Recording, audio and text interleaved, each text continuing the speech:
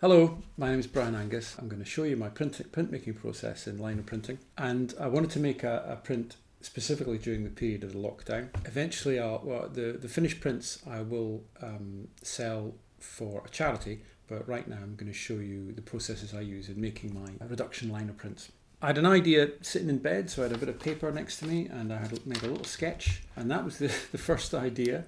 What I was looking for was some sort of doorway out of the kind of lockdown of the corona virus crisis that's going on. So I took this little sketch, and next day I took out my sketchbook and drew it up like this.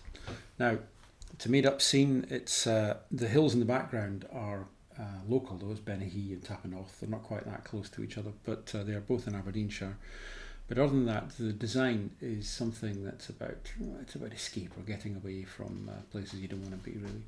Now, that sketch is then traced and transferred onto a lino block. And this is the lino block. And the reason it looks so detailed is because the way I work is I put a lot of tonal colour onto the block to let me know where I'm going to be cutting the tones of the print. This is going to be a 3-colour print. Most of my prints do play a lot with tone and shape rather than colour. So it's quite a limited palette. But I've coloured up this block so I can see very clearly where I'm going to cut. Now, this is on marmoleum. Marmoleum is, it's not the artist's grey lino, which this is. And you can see the thickness difference. This is the artist's grey lino, and this is marmoleum. And you can see a difference between the two. Marmoleum is modern linoleum contract lino, which you can get from commercial contract flooring companies. It has a sheen on it, which means it's got a seal and a bit of a texture, kind of bobbled texture on it, and that needs to be sanded with wet and dry sandpaper. So wet and dry, use a bit of water to save the dust going up in the air. And it will eventually give you the matte, smooth surface that the artist's lino gives you immediately. Now, the reason I use the marmoleum is I've found it gives a sharper cut with fine detail. Now, these prints I'm making are a lot of them are about fine detail because they're very small. If I show you a little bit of difference in the cutting, this is the artist's lino that's got a bit of ink on it, and it does cut quite crisply. But the closer you get, the more you find that these fine lines are going to disappear and break a little bit, and it's slightly crumblier than the marmoleum. The marmoleum, you can only really tell this when you're actually cutting it yourself. It may look exactly the same, but you can feel a difference to it. It's denser and tighter, and it's slightly harder to cut. It's a little more push to it than the artist's lino, but it doesn't crumble in the same way. Anyway, I've learned to prefer it, really.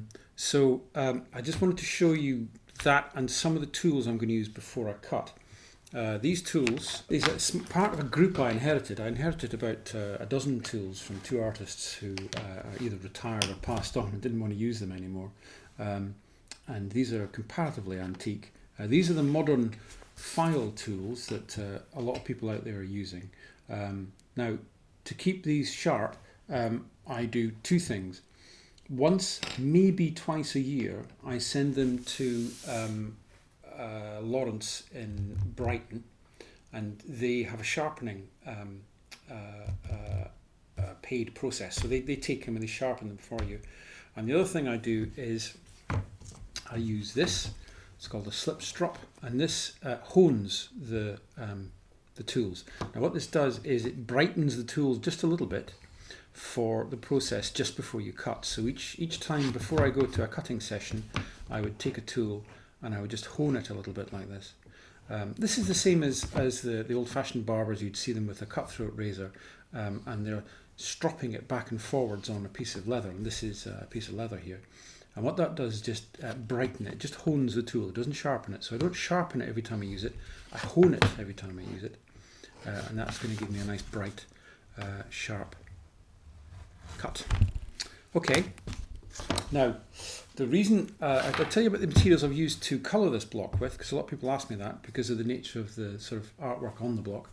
I use acrylic inks, This is a couple of bottles of acrylic ink. It doesn't really matter what you use, but these are waterproof, so I can print on top of these and then wipe the block clean and then print again and still have a sort of ghost of the images that these leave behind. I also use Sharpie pens and probably fairly importantly a Posca pen. Now this gives me the white detail on the block that I use to give me where I cut. Now if I show you how this works, if I draw a couple of lines here, you can see how easily that white goes on there. Now this lino is grey underneath. I'm going to want to stain this block a little bit before I cut it. So just before the process I start cutting out the first stage, which is the white, I will stain this. If I take a little bit of acrylic ink and put that down there, and I've got a damp piece of paper towel there, I can just put a little cast on that. I can just tone that a little bit. And then when I do my very first cut on this print, and here it goes, I'll be able to see where it is I've cut fairly clearly. So that's it. The next stage I'm going to do is I'm going to cut the white, where the white is in the print, where the paper is. And then I'm going to print them and I'm going to show you the printing process. Then we'll do 2 more cuts till we get the 3-colour print, and then I'll show you the final finished object. Alright, stage 2 of the print. I've cut where the paper is going to be revealed in the first layer of ink. Now whenever I'm cutting each layer, and there's going to be 3 ink colours in this print, I'm thinking when I'm cutting, what am I going to reveal, what's underneath? That's what I'm doing. So what I want to do in this layer is reveal where the paper will be shown, and that's the brightest thing that can be seen in the print because of the 4 tones that are available are the paper, and then there's the pale ink, medium coloured ink, and then the dark, the black ink. So the cutting has purely been little highlights and spaces through the door, which shows a brighter world, and there's night around the outside. So for example, even the moon here is not cut away. What I want that to be is the pale coloured ink rather than white, so it's not that bright. It's not as bright as the sun. So all this is a simple logic of keeping the tones in their right place and order, so that the moon is never as bright as the sun, for example.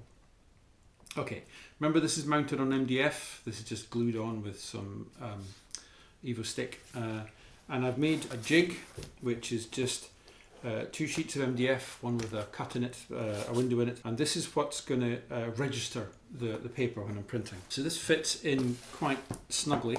I have to push quite hard to get this in. How the paper sits on top of this is a method. It's an American company called Tern S. Burton. They make these little plates which have a little button on them, and that little button goes with something else they've made, which are little plastic tabs, and these pop on like that.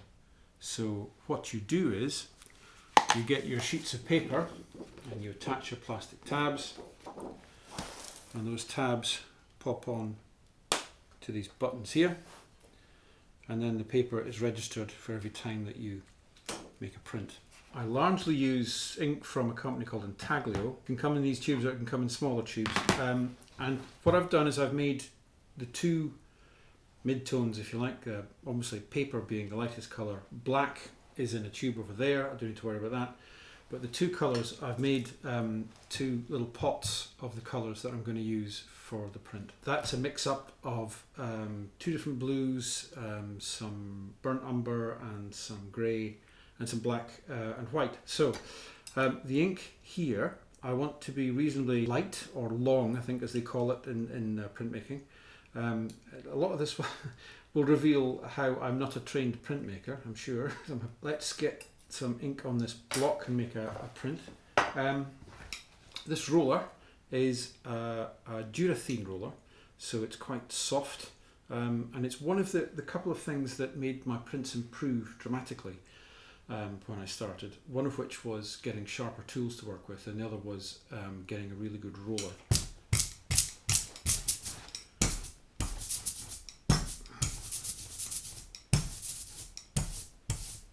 A nice even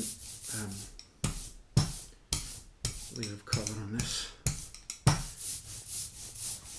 Now the ink and pens that's on the block here will stay there because they're indelible, and you should be able to see the areas of cut coming through. So you should be able to see pretty quickly bits that are going to be inked. Every printmaker I've seen has different techniques.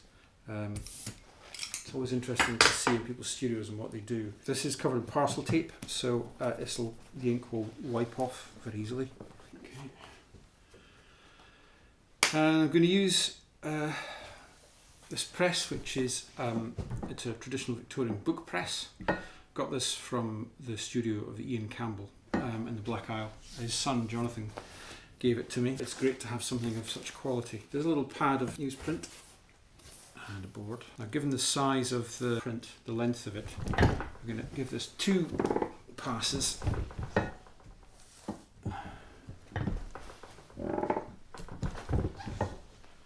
And this will show us what it looks like. Right. And you can see where the light will be for the next stages. Once I've finished printing, I would then give this a wipe with some terps, and you can begin to see the image coming back again. So I would then go on and cut to these kind of ghostly images that are left behind here.